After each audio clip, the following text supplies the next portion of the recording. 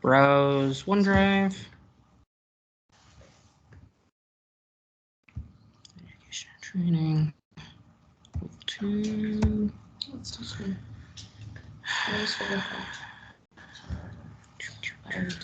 Communication fundamentals and PowerPoint. Did you add anything from the CAP comms fundamentals to this one? No. Okay. I didn't touch them. That's fine. I worked it on my display. What is this? Transcript? Oh. Screw that. Dismiss. And let's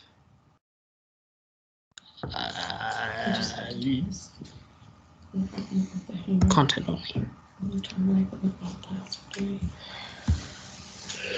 Okay, I don't understand this, but This is very underwhelming. hide presenter view. There we go. Looking to my left. I don't understand this, but There you we'll go. pretend. Okay. So this is a part of your level 2 professional development. It's communications fundamentals. Now, in Civil Air Patrol, we have, well, for the most part, okay. So in Civil Air Patrol, when we say the word communications, we are talking about radios. Usually. We're not talking about radios. Because the people who wrote this curriculum decided to overload terms.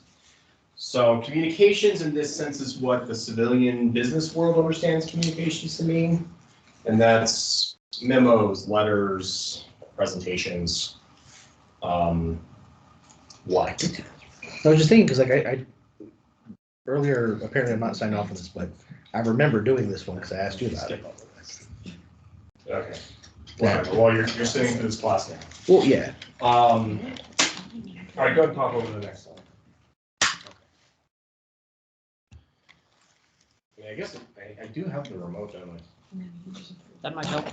If Not it'll that work. remote. The others don't. Yeah. From what I found out the last time, they don't usually work on Teams. Depends on this thing. That's not. Has batteries? No, it's got batteries on. That's, It might emulate clicking. it doesn't. I promise. I tried it last time with my own. Did you try this remote? No. I don't know if this one emulates clicking or not. No, it must emulate the key press. Yep. In key. Okay. Yeah, it's stupid. Friggin' Teams. I did all those. Okay. These are all good. So you've done all of those. Anyways, So here's kind of, yeah, this is their objectives. there we go. And here's kind of what I'm focusing on for the purposes of this lesson. How do we communicate? How do what are the modes of communication that we get involved with in Civil Air Patrol? Just Civil Air Patrol business. The CAP way, which is adopted largely from the Air Force way. And also kind of getting into branding. Every company on the planet cares about branding. And like I said earlier, the Air Force isn't a service branch, they're a business. And since we inherited these Air Force's tendencies, we also care about branding. One of the reasons why, so I'm not actually sure what Lieutenant Smith was thinking when he initially asked me to teach this class. So I don't think he knew that some of these things are a pet peeve of mine. So PC. Even better. And so PC. That's a lie. I'm just waiting for the EO complaints to come in.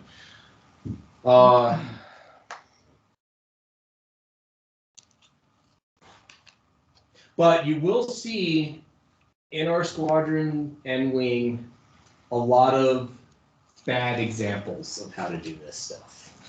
So I am going to highlight some of these bad examples so you don't do it. All right, next slide.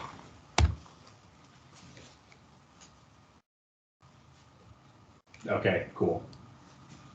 Next slide.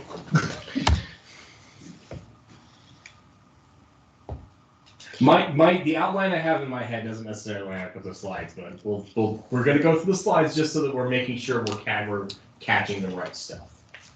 Okay, so the first and most important part of any kind of communication is making sure your message gets through. And so you'll find in Air Force communications, Air Force memos, for example,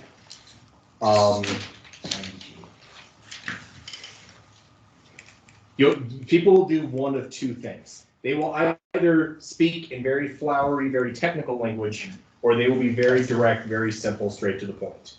Your high school English teacher would give an F to a lot of those memos because it's just not developed. The one that your English teacher would get an F to, that's the right way to do it in CAP. Okay, you say what you need to say it simply, say it to the point, or be quick to the point. But also be concise. Also, I guess be concise. Right. Don't try to avoid, so we always say try to avoid acronyms, and then the next every time you hear that, the next sentence is always full of acronyms.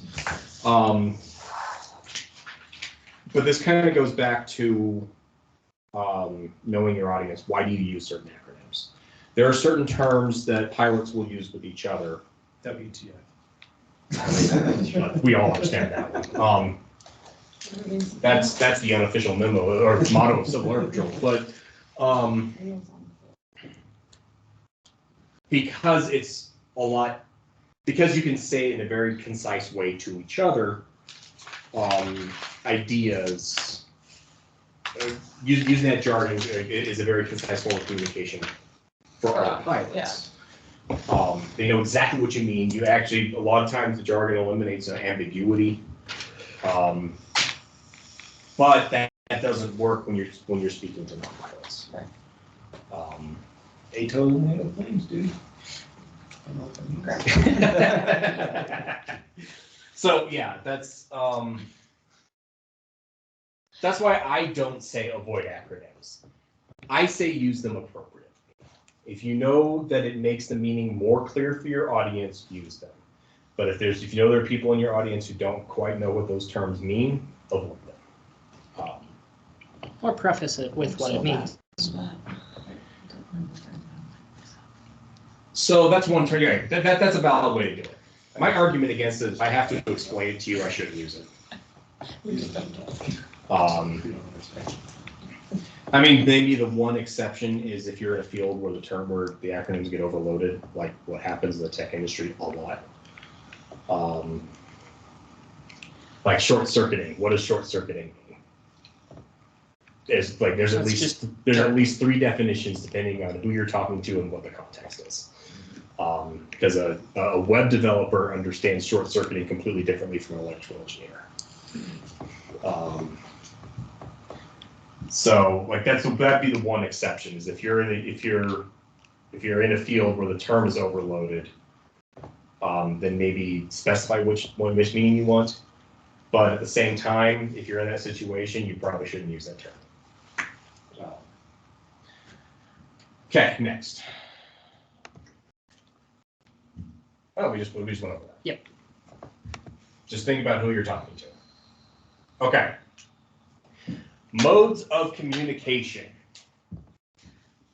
Let's do some quick quizzes.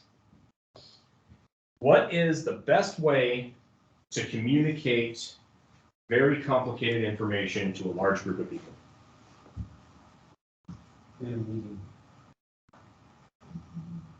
So you can visualize and re-watch or re-look at. If I'm not responding, it's because I'm just letting everybody spit stuff out right So there are actually several right answers to this. These are the I think intentions. my biggest thing is when you're going over something complicated, I like to be able to look at it again. Cause sometimes I don't grasp it the first time. Coming out as like from a director's position in the corporate world, like when we had complex issues, we'd always have a meeting. Sit down and discuss. These are our problems, this is what we're seeing. And then we could talk through each of those solutions, right? We put it up on a board, or we'd have them on our computers, and we had someone taking notes, and be like, okay, these are our objectives, these are the issues, and we break it down. And then we go, okay, does everyone understand where we are? These are our solutions for these problems specifically, we can go down and put a checklist together. Then we, Yeah. after the meeting, emails it out, and everybody understands where we are, moving forward. And that's an important distinction, is how interactive is this conversation going to be? Yeah. Is it really appropriate to have a meeting if all you're doing is just reading off this technical document? No. That's a waste of time. It makes me want to kill baby seals whenever it happens. My boss does it to me all the freaking time, usually with about 5 minutes notice. There's a lot of times we'd always say, like, we have too many meetings, there's too many meetings in a day. Yeah. It needs to be APP. specific. Yeah, that's, Our instructor meetings, they use them every week, and I'm never. meetings are occasionally appropriate, and what you gave is pretty much the only time I think a meeting is appropriate, is when there is an interaction going on. If it's a complex issue, There needs to be a discussion. there needs to be, yeah. Outside of that, Things you need to pay attention to is how many people are in that meeting. If you have 400 people and you have a complex conversation, you're gonna get nothing done. no, we break them down into senior leadership. Right. Then senior leadership trickles them down based on what we know. We get all of those guys figured out, and then it rolls back up. Now, the thing I loved about the end though, because this kind of goes back to complex information. Are you going to remember complex information at the end of the meeting? Unless it's recorded. That's why we record. Or write the information down. So, You record it, it goes out in an email after the meeting, and then So then was the meeting really worth it? yes. Here's the Okay. thing. What if you're For in some a people. confidential meeting and you can't record it? Then you need Period. to take notes. Can't record it at all. Can you take it personal should be notes? a pretty small meeting. It should be a pretty. Confidential, yeah. Yeah, It's confidential. It's not small affecting too group. many people, and the people in the group should be able to understand. Let's take a step back from that because InfoSec is a completely different animal. Except CAP does do some confidential missions. So We'll come back to it, Okay. but it's a different animal. All right. Other than that, if you're trying to put stuff out for a mass audience. So from what I understood, is like you have a summary email. Sure. These are the points. This is what we discussed. That's kind of what I'm going for. Because a recording of a meeting, okay, what was that one thing we talked about? I can't remember off the top of my head, and now I have to Now you have to scroll through the search for it. freaking timeline Yeah. of the recorded meeting to figure out where we talked about it. Yeah. But if it's a summary email, or if it's a document, or a presentation, you have a PowerPoint presentation, you send the slides out. That's a lot easier that's better random access. A Right. lot easier for me to find something specific. Complicated information should always be written down. Always, always, always. If you have to have a meeting to discuss it, then a summary email needs to go with it. Or you might have had PowerPoint slides, the slide deck needs to go out. Some artifact that people can refer to needs to go out.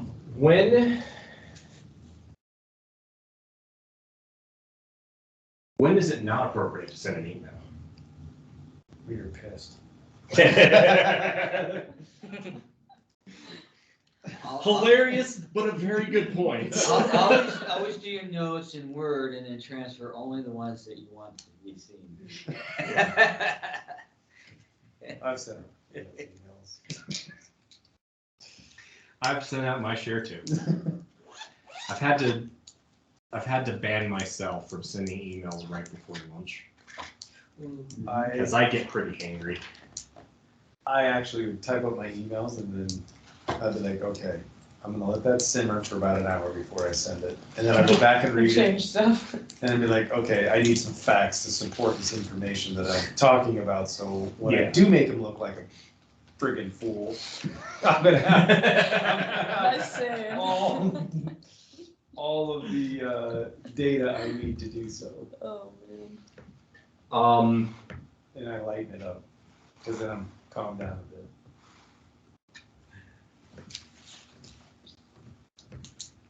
Okay, so the point I'm driving home is like, if it's just a quick thing, like I need to like quickly follow up with Lieutenant Smith on something. Or I want to give somebody a heads up that we're, so like, before I came up here, I pulled the commander of Tango Flight aside because there's going to be a coordination project between our education and training organization and Tango Flight. It's giving her a heads up of, more details are coming, but this is, we're going to start coordinating something. That didn't need to be an email. Right. Yeah, so I think like in this room, everybody pretty much understands like choosing an appropriate mode of communication. I'd never do those. Well, I would We're- consider that text nowadays. This gets into the CAP way. Sometimes Memos you have a very have to. specific meaning in Civil Air Patrol, and we'll get to that. Text messages. Yeah, text can be useful. Unfortunately, sometimes they can be ephemeral. We're not really big enough of an organization to have to worry too much about information silos, like the siloing information you run into with Teams or Slack or Discord. Maybe I'm too fresh, but I don't know that term. Oh, information silos? Yeah. Like in Slack, if you have a group of engineers working on something specifically and your leadership team doesn't understand what's happening, they're siloed. Yeah. That's basically what that means. All right. If they need to know, a lot of times they don't know, or it's too much information, because they'll be having a conversation with tons of documents, and someone in senior leadership doesn't need to see all of that all the time. Right, well, because, yeah. So it's like putting something into a silo and the farmer just forgets. Yeah, it. that's Understood. that's exactly where it All comes from, right? Okay. Yeah. Makes sense. It's a bigger problem for large organizations that communicate mostly over places like Slack or Discord. Yeah. Because you have 1.5 million channels. And so a conversation happens in a channel that affects another team, but that team's not in that channel. So the information doesn't get communicated across. Okay. That's an information silo. Okay. We're not quite big enough to have to deal with that in squadron, but Yet. Slide for LinkedIn. it's kind of my life right now. What about video? Hmm? Next bullet. Dang. Video. Video. Videos? Yeah. I don't know what they mean by video. Things like YouTube channel video. Yeah, I'm a Video little bit, I know what they communication. mean, but I can't think of a situation at the squadron level where we would want to do that. Training. We're making a video now. Are we making a video? Yeah, Well, we're recording. I I can take these recordings and put them on YouTube if you want. Fair enough. Our virtual meetings that we've had since What's the that? pandemic, it's a good way to learn when you can't get together anymore. Exactly. We actually did kind of, I guess we did kind of talk about like the recording meetings. It's good to record meetings, Yeah. but also keep in mind that you have random access in a memo, you have random access in an email, you don't really have random access in random access. That's a computer term. Yes. There's two ways, like I have a book of stuff. Sequential access is I have to flip through every single page to get to where I want to go. Random access is I know it's on page 4, so I just go to page 4, right? You can control F. Yeah, so I have this whole, gives you this whole spiel about not using jargon, and I'm using jargon, I'm using jargon that's industry specific to me. I mean, with a video, you can tag time and You spots. can. You can. You have to count on the person creating the video, Exactly. creating the tags that you're going to need later. YouTube makes it easy now.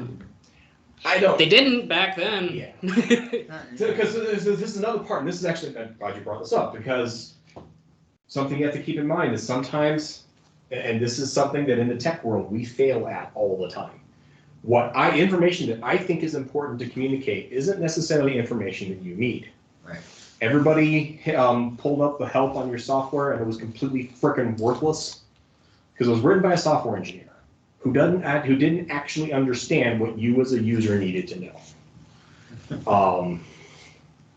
As a database administrator and, I liked the paperclip. and, yeah. It's and, nostalgic now. I liked the paperclip back then. You design something, and if you never ask the end user what they need the data Yeah. for, Yeah. your algorithm is completely wrong. It's my opinion. Like I personally think every tech company should hire an English major fresh out of college who can barely turn a computer on, Yeah. and that's the person who writes all the user documentation. Or someone like me that was If you forced want to decent send engineering. us diagram Shakespeare as a first grader. Of course, the moment that English major actually understands the technology, you have to fire them and hire another one. But Yeah. Okay, let's move on. Next. We beat this one to death. Yeah, next. A-frame, total time. Okay, elevator speech. Who's done elevator speeches before? 4,000 I don't know what hours. Okay. I assume Grant knows an elevator speech is having started a company. Same pitch, elevator pitch. The basic idea behind an elevator speech is it is a speech that you can give in the time it takes to get on you and some random person on an elevator before they get off. So it's a very, very quick, very short, to the point discussion condensed. about a topic. Highly condensed. Highly condensed. Sales and business people do elevator pitches all the time, or they plan these out. Because you have a very short, when you're trying to sell somebody something, or you're trying to get an investor, or you're trying to get buy-in from a business partner, you have a very short window to get their attention. They keep their attention. They keep their We've actually done studies and actually can figure out after about 5 minutes, you start to lose their attention unless you bring something new or you're involving them in the conversation. Conversations can never go longer than 20 minutes. Yeah. Otherwise, Those you're, are, yeah. unless you get complex, right? Then your conversation can go longer. Then you involve engineers and those calls you set up for later times. Yeah. So, but on the sales call itself can never exceed 20 minutes. I'd set timers on my reps' desks and I go, when I start a call, I could go set a timer so they would know. Because I could see my entire team's 200 employees. I could see all of their call times. And if they called the same number a bunch of times, then I'd walk over to the desk and be like, "You're fired." So I could listen to them too. Yeah. Is there a reason you listen to this 1-800 number 10 times today? Oops. Yeah. So I'm a software engineer. You don't let us go near normal people, so we don't do elevator pitches. By the time you allow us to talk to the customer, they are interested, because now you're not afraid that the engineer's going to scare them away. So yeah, I kind of figured Grant would know these way better than I would. One of the activities in this module of professional development is to come up with a Civil Air Patrol elevator speech. You meet a random person on an elevator and you have to explain Civil Air Patrol to them. So let's have our resident expert do it. You're voluntold. Who, moi? Yeah. Oh, shit. Remember, Civil Air Patrol is a volunteer organization. You already volunteered. Yeah. So let me break it down. Civil Air Patrol is a organization that works with an auxiliary of the United States Air Force. We help cadets further their careers, possibly to the military. We also have, as Civil Air Patrol pilots who fly search and rescue, We do missions to all sorts of stuff. So radios, we go, whether it's finding people, moving supplies, during emergencies, basically that's stuff. Great. Is that really high level? Yeah. Yeah, Oh, it's pretty legit, that's what I say. I like how you 26. noticed, you're experienced with this, so you looked at who you're talking to, and you noticed something on them that could tie them to your organization. What do you notice on the? Oh, The radio. Yeah, okay. Sorry, I just like. Completely. I'm wearing the same thing everybody else is. What are you talking about? A little different. Emergency services. Yeah. Anybody? Is this something like everybody does this? I don't remember the requirement in the rubric. Well, if you're gonna be recruiting anyone, getting the recruiter ribbon or anything, that would probably be a tie-in. I don't know. Not everyone does elevator speeches, but those that do recruitment and get the recruiter ribbon, they definitely do them You a should. lot. Everybody should have one because people will ask you. Like I was sitting in the emergency room. I was dressed up like I had my golf shirt on. I was ready to go to the meeting, and then my mom face planted on the sidewalk, and we had to go take her to the emergency room. So I showed up in the emergency room in this, with my leather jacket that says Captain Robert Hawk on it. So we're hanging out in the emergency room, and somebody's like, "Oh, you're a captain," and so I ended up getting an elevator speech on Civil Water Patrol, right? So it's a good idea for everybody to have one on tap. Yeah. So that. Ignore it. So Sorry. I said I have to give it to my parents all the time. Like I explain it to them and they're like, wait, so what are you doing? You flying a jet today? I'm like, a jet? No, I'm flying a 182. Yeah. My dad's like, high performance? What are you taking the jet up? I'm like, oh god. And this is an example of buzzwords. That nonviolent stuff. I have to literally send them pictures, like for them to understand anything I'm doing. It's a small plane with a This is what prop. a single engine plane looks like. High wing. So some tips on when you're explaining Civil War to somebody.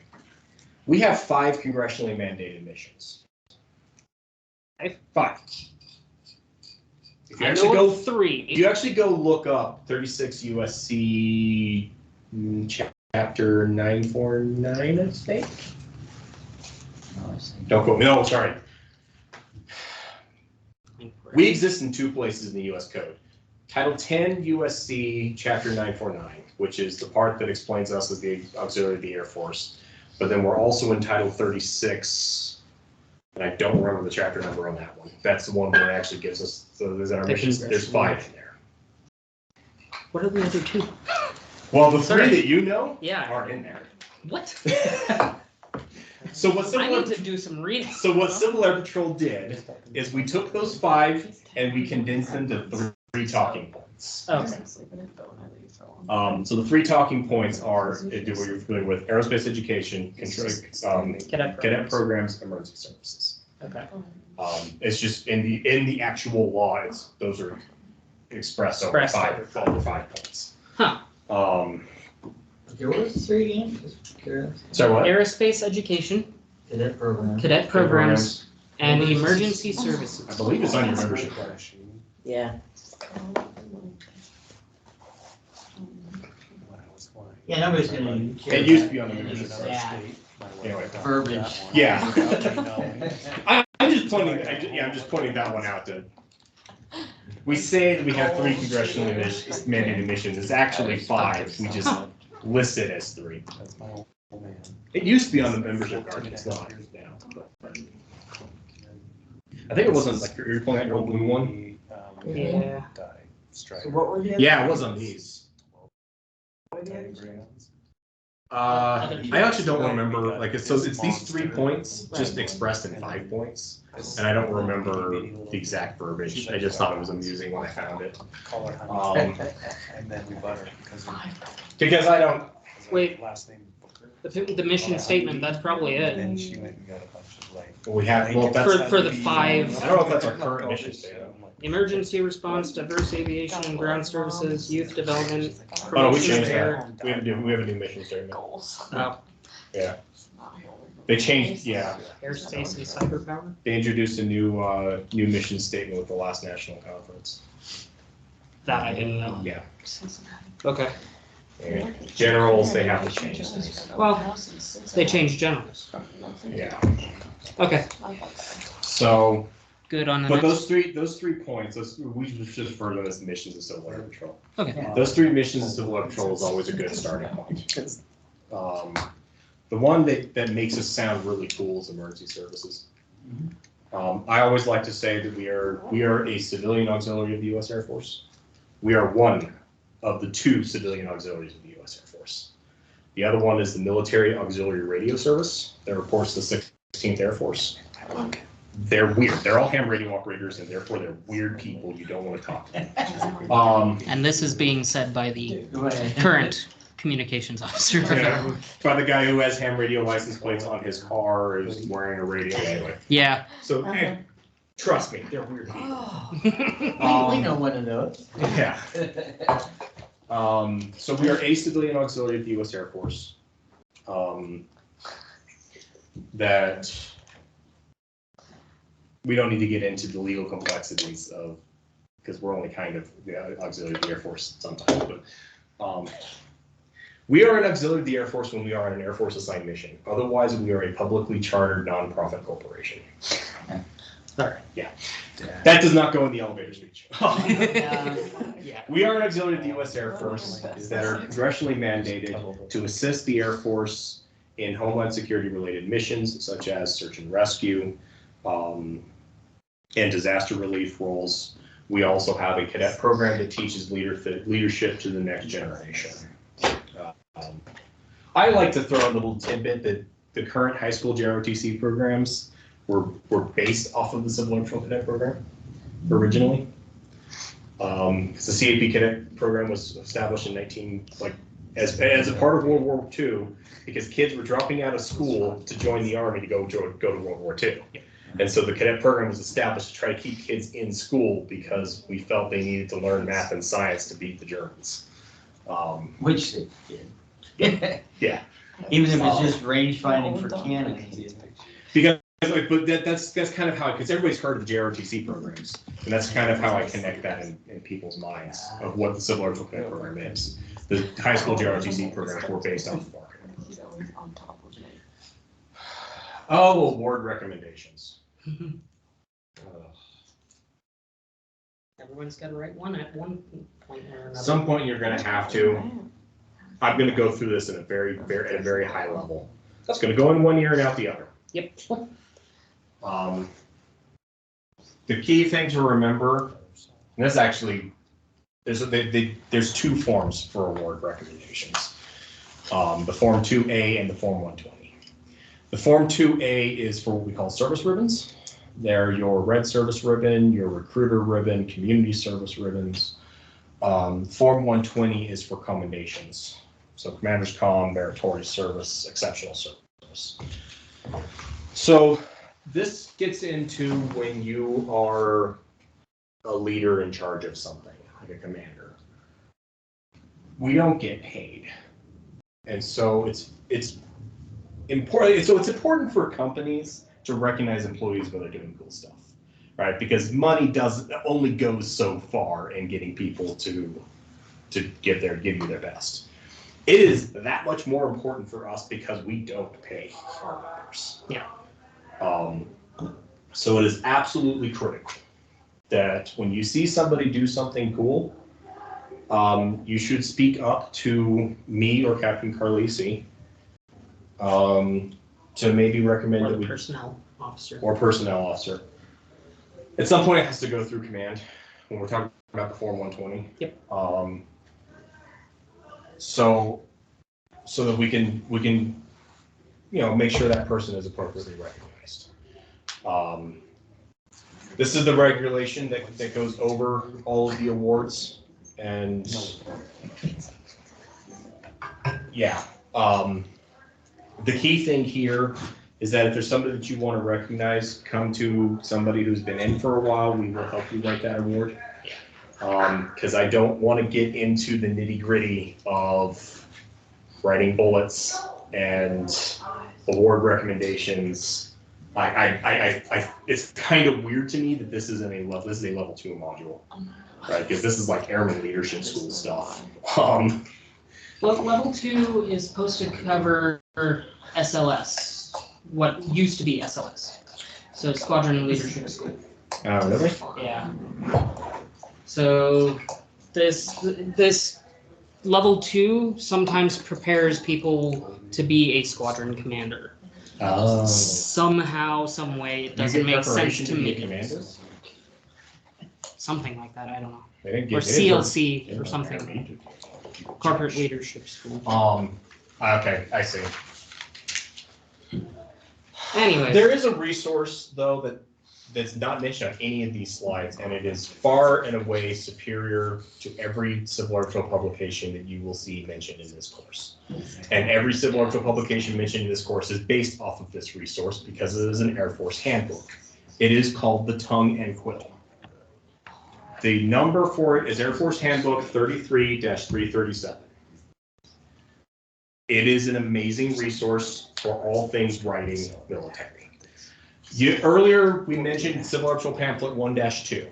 1-2 is the Tongue and Quill for Dummies. It's a Cliff's Notes version of the Tongue and Quill. So that's a great primer on the Tongue and Quill, but you should go read the Tongue and Quill.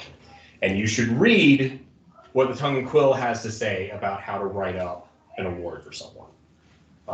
Because it goes into very, very technical detail on how to make people sound shit on. So,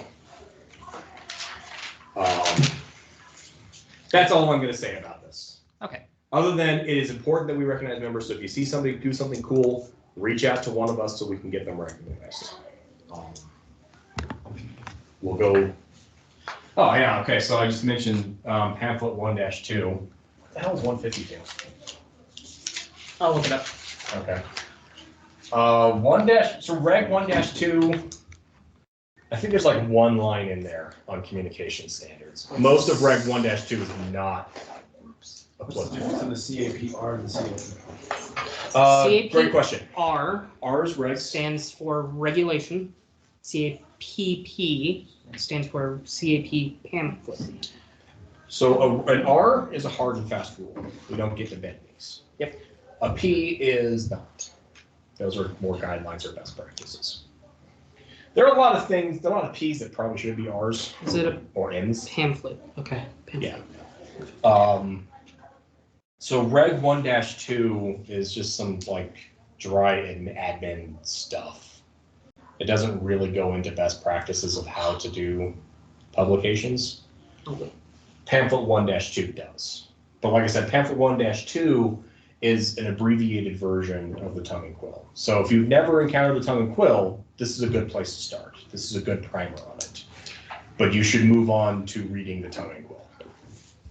So CAPP 152 is the social media guidelines. How to brand yourself on social media. Yeah, okay. Like we said, CAP is doing a giant branding deal that everyone has to follow the branding or else you're not following the CAP. Now this is an important part right here. I've spat out a lot of numbers. That's about the only thing I memorize when it comes to regulations. I memorize the numbers so I can quickly find the important stuff again later.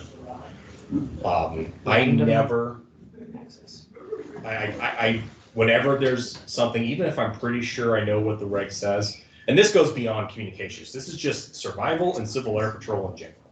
Even if I'm pretty sure I know what the reg says, I'm gonna go look it up before I have to do something. What? I'm gonna switch it to the next one. Here at 40 minutes. So memorization is not the goal, familiarization is, right? I have how many minutes? You're at 40 minutes. I'm at 40 minutes. Okay. Now here's the big cheat right here. Every time you need to write a memo, every time you need to do anything, Google Civil Air Patrol publication templates. And here they mentioned tongue and core. Every time you see somebody screw up the memo format, it's because they tried to just create it from scratch. You don't have to. Download the template. It tells you exactly what to do. You don't have to worry about any formatting. It's easy. If you want to be a super nerd like me, you can write a LaTeX class. But I also that's just because I hate Microsoft Word and I refuse to use it.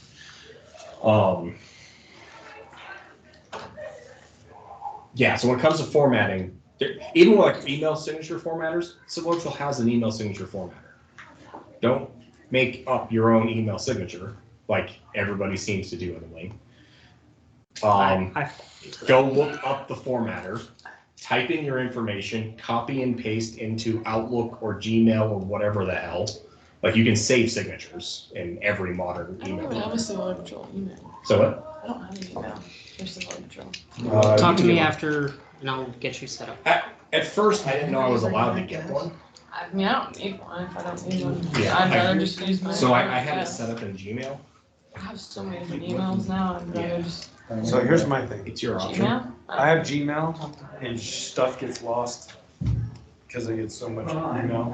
Yeah. And then it's like, I want to know what's specifically for. I have one that I sign up for, like, you know, when you And then I go onto check. like a website and it's like, get 15% off if you put in your email. I have a specific email just for that. And Spam then, trap. and then I Yeah. have one that I actually want good stuff. And then I have like a work one. And then I have a work one, a CAP one. The work one I never check. I'm sorry. I get if somebody needs to communicate something important to me, they're going Call to hit me. me up on Slack, not over email. Yeah. The CAP one is like if you send me CAP information to my Gmail emails, I'm not going to see it because there's just so much crap. Like it's turned into a spam trap. I have one that is a randomly generated alphanumeric code that I use for important like when you need like an email for accounts, so that if there's a data breach, I can just throw that email away and start over. I'll be prepared. I'm mildly paranoid.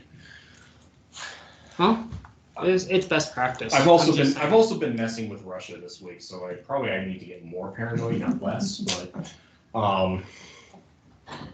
hey, the Ukraine said, hey, if anybody wants to come mess with these guys, I'm like, all right, I'll do it. After Gmail. All Hey, good? It's fine. Yeah. Anyway, go look up the signature generator and then just save it. And you can save it into your Gmail. You don't need a CAP email address for this. And then use that for CAP communications. Don't just make it. Get one anyways, because then you can do all your invoices and all your other stuff. Just goes through your cap. Like I said, meet with me and It makes I'll sense. get you Yeah, signed up. it's a with- web form you fill out. Yeah. Plus, when you decide you do want port fight, cap will pay for it. I already have it. When you decide you want to do it. Yeah, so I already have it too, but when it expires in September, I literally making- bought it like a month ago, and I didn't even need to. I work. As we were talking about. Yeah. Oh, well, hey, cool. So, Perfect transition. yeah. So this is one of my pet peeves, especially because it's so easy to get it right. You don't have to format anything. You go to the formatter, it gives you the right format. You copy, you paste, done. There's no reason to get it wrong. Anyway, sorry. Oh, great. I'm gonna get tons of emails with instructor feedback. Speaking of which. Important thing about emails. So this 100 to 200 word, this is confusingly worded to me. They're not talking about the signature. You should not have 200 words in your signature.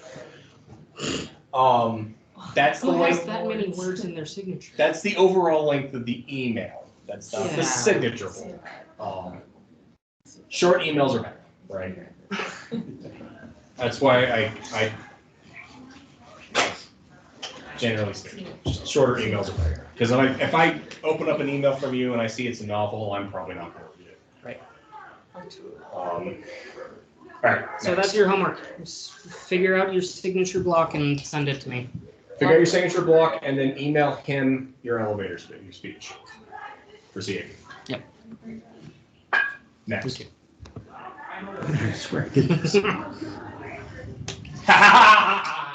Okay, pull up the OD What? pull up the OD that Kenneth Harrison sent out. I was looking forward Oh. to this exercise. This is gonna be fun. Orders of the day. Got it. I even have special thing. All right, so Me. our Do I cadet even get commander- those? You should. It should go out to everybody in the squadron. I haven't gotten one. I haven't gotten one in a while. Oh, He hasn't sent any out for 3 weeks. Yeah. I've been getting them every week. I got one from Nielsen. Yeah, I think Nielsen's the one that started sending them. I never even got that either. All right. Didn't either. What's your email blah, address blah, again? blah. The Christopher Nelson. csmith@cap.gov. I'll just forward it to you. Laura Manis, blah, blah, blah. Harrison Lim. That's the third. The February 3rd is the latest one that I've got. You know what? That's fine. Pull that one up Sure. because it's still going to be wrong. Okay. And it didn't even have an OOD with it. Did he forget to attach it? No, he literally just, it's just the email is the OOD. Just okay. Search Gmail for OODs. Just go find it. Search. He puts OOD in the subject line every time. Yep. Okay. That's January 6th. That one hasn't attached. this one. Okay. Yeah, and like I said, I feel no shame in ragging on Colonel Harrison for this because I have told him 3 times he needs to fix this. Uno momento. Let me Do we stop wanna bring him presenting in? this So what? and Do you wanna then bring him in here? share. This is why you're wrong. Window. This one. Now, okay, so There we as go. you're pulling that up, there is a specific way to format correspondence. That is defined in 1-2 and Air Force Handbook 30-37. You don't have to worry about it because CAP has a template. You download the template and fill it out, and you don't have to worry about getting it wrong. Anyway, okay, so rapid fire. Here's the things that he screwed up. Seal is too big. It's supposed to be 1 inch in diameter. It's also too far over. It's supposed to be a half inch between the edge and the edge of the seal. These are supposed to be double spaced. You do not need any tension line. You can have one. You don't need one. In this particular case, you would just say memorandum for members of Civil Air or members of Thunderbird Cadet Squadron and parents or guardians of cadets. It's all you need to do on the subject line. But this is supposed to be double spaced. Also, you don't have a colon here. This is all just uppercase. From Cadet Lieutenant Colonel Harrison Lim, just Abbreviate the rank. LC. do not spell out your entire rank. Just don't do it. Other thing, there is a right way and a wrong way to abbreviate ranks. Yes. It's in 1-2. Air Force does not use periods on ranks. That's one you'll see a lot. LT period, COL period. That is incorrect. You don't use periods. I used to. I'm being 100% honest. I Yeah. used to do that, and I still actually do. just chewed my Because I- cadet and cannon commander after doing this. Like I said, this is the pet peeves portion of the lesson. Office symbols. Isn't there For supposed now- to be a comma between his name and office? Okay, so Just here's- saying. All right, so if you're going to do this, the office symbol. Here's the correct way to write that. You looking for your Where's my pen thing? My bag. Bag's over there. Bag's over there. Okay. The Army's doing something interesting with Russia over there. Put So, it down. okay. Make sure it's in blue. You start with the unit charter number, UT-067, slash, and he's a cadet commander, so there's going to be 2 slashes in this. So it'll be slash C, because all cadet office symbols start with C slash. C/CC. That is what the from line should look like. Just that. Nothing else. No name, no rank. If you're Just gonna that. go that route, another valid way to do it would be cadet. It would be C/LTCOL Harrison Lim. That's also acceptable. You don't put all of this garbage on the front line. Okay. Is it also weird that he did the C/ and not cadet when he wrote out everything else? Well, so here's another thing that he used to do. He used to do C/CC parentheses cadet commander. Say cadet commander or use the alpha symbol. Don't use both. What's the point, right? You're just being redundant. But this is how you write up an alpha symbol. And CPP 1-2 will go into more detail about alpha symbols. For now, at your level, don't worry about alpha symbols. Alpha symbols are the correct way to abbreviate in written communications. Common ones you will see are CC, which is the commander. My office symbol is CDS, Deputy Commander for Seniors, because the way office symbols work is you have top level office symbols like DP, or actually let's use CP, Cadet Programs. And then anybody who reports to that person has those 2 letters and then a 3rd letter. So David is the leadership officer. He reports, he would, if we had a director of cadet programs in the squadron, which we don't, but if we did, he would report to the director of cadet programs. So his office symbol is CPL. So as a deputy commander, in theory, like we have like this hypothetical deputy commander, because there's 2, right? There's my personal favorite office symbol, the person in charge of the cadets, CDC. Seems so appropriate to me. Somebody's got to control that. So you have CD is deputy commander, because these actually come from the Army. CC means company commander. The Air Force branched off from the Army, so they stole all the Army abbreviations for the office symbols. CD is company deputy. Now, in casual conversation, you might hear us refer to a DC as a deputy commander, but DC is actually the communications officer, director of communications. So yeah, the common ones you're going to see are CC, CDS, and CDC. Those are that's Captain Carlisi is CC, I'm CDS, Lieutenant Lim is CDC. You might also see like PD, which is Education and Training Officer. It used to be called Professional Development Officer. Any services is still called Professional Development Officer, even though 30-1 calls it Education and Training Officer. It's probably going to be that way for.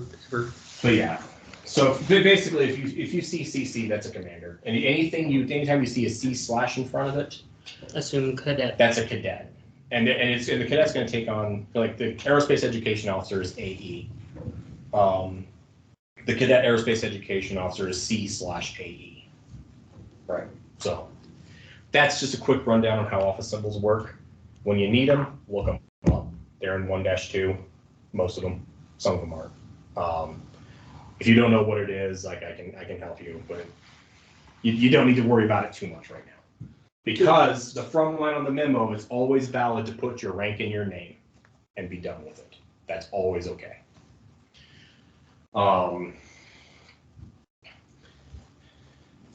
Now, here's something that's different between the way the military does things and the way civilian memos work. We number our paragraphs. This is supposed to be double spaced anyway. We number our paragraphs. Okay. Numbers, letters, and then in 1-2, they show you like 6 levels deep how to number things.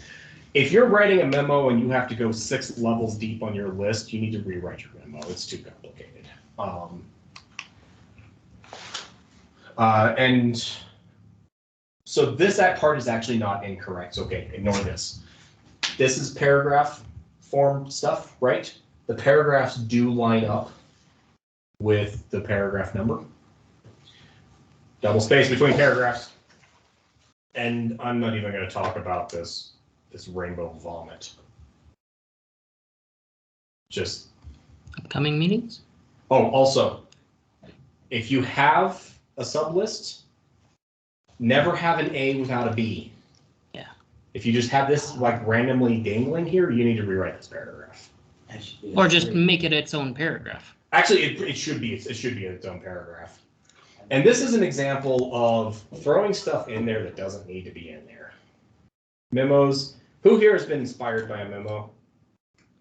Nobody? No, nobody? Okay. Memos don't inspire people. Don't try to inspire them. He does this rainbow crap because people don't read the memos. if people aren't reading your memos, you've either chosen the wrong mode of communication, you're not, or what you're writing probably wasn't worthy of a memo to begin with. Like, there's something wrong with how you're communicating if people aren't reading your stuff. Well, that's his excuse. I actually happen to know that people do read these memos, but All three of them. and then there's the signature block. Isn't that supposed to be like templated? Okay. Just being creative, guys. I like the This is a colors. military organization. There's no creativity. Yeah. When was the last time? Creativity you were inspired sticks by a with memo? the Marines Okay, so and signature crayons. block. Yeah. First of all, this is write justified. You don't write justify signature blocks. You left justify them. 4 spaces from the center. You don't have to memorize this. There's a template that you can download from the internet that has all of that already correct. Now, when the signature blocks, we do write our names this way. This part is kind of right, except you wrote his rank out, you abbreviated. It is name, first name, last name, comma, grade, comma, CAP. You don't really need to like distinguish cadet, lieutenant colonel from the real military branches, but like captain, like you do have to just, like I do have to distinguish the fact that I'm a Civil Air Patrol captain. My railroad tracks don't mean jack. And that's why we put And that's why CAP we at put the end. comma CAP at the end. You'll actually see this, like the military does this. You will see USA is Army, USAF, US Air Force, USSL. Like a good friend of mine would write Paul M. Absher, comma, captain, comma, USSF. And then this also is, okay, so you never, ever, ever, ever, ever, ever, ever, ever, ever use office symbols in a signature block. You use the full title, Cadet Commander, next line, Thunderbird Cadet Squadron. Is that a Freudian slip, sir? What? Your finger? It is not for you. This is how I feel about this memo. Okay.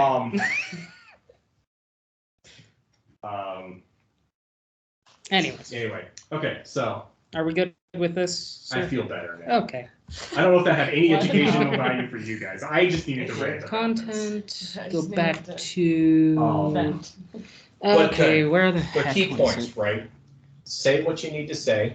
it? Use the templates. Don't just make up your own format. Because corporate image matters. It does. Optics are everything. Like it doesn't always. It doesn't seem like it should, but it does, right? And if you're using the templates, all of our communication looks the same. It looks more professional. And when we look more professional, our partners have an easier time taking us seriously. So yeah, use the template. Don't just make it up.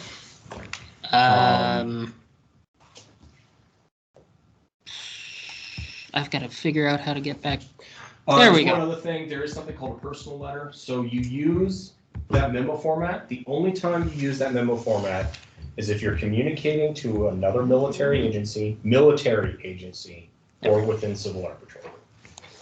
If you're communicating outside of Civil Air Patrol to a civilian, government, or private sector partner, there is a business style letter that we use. It's more or less the same format, you just don't number the paragraphs.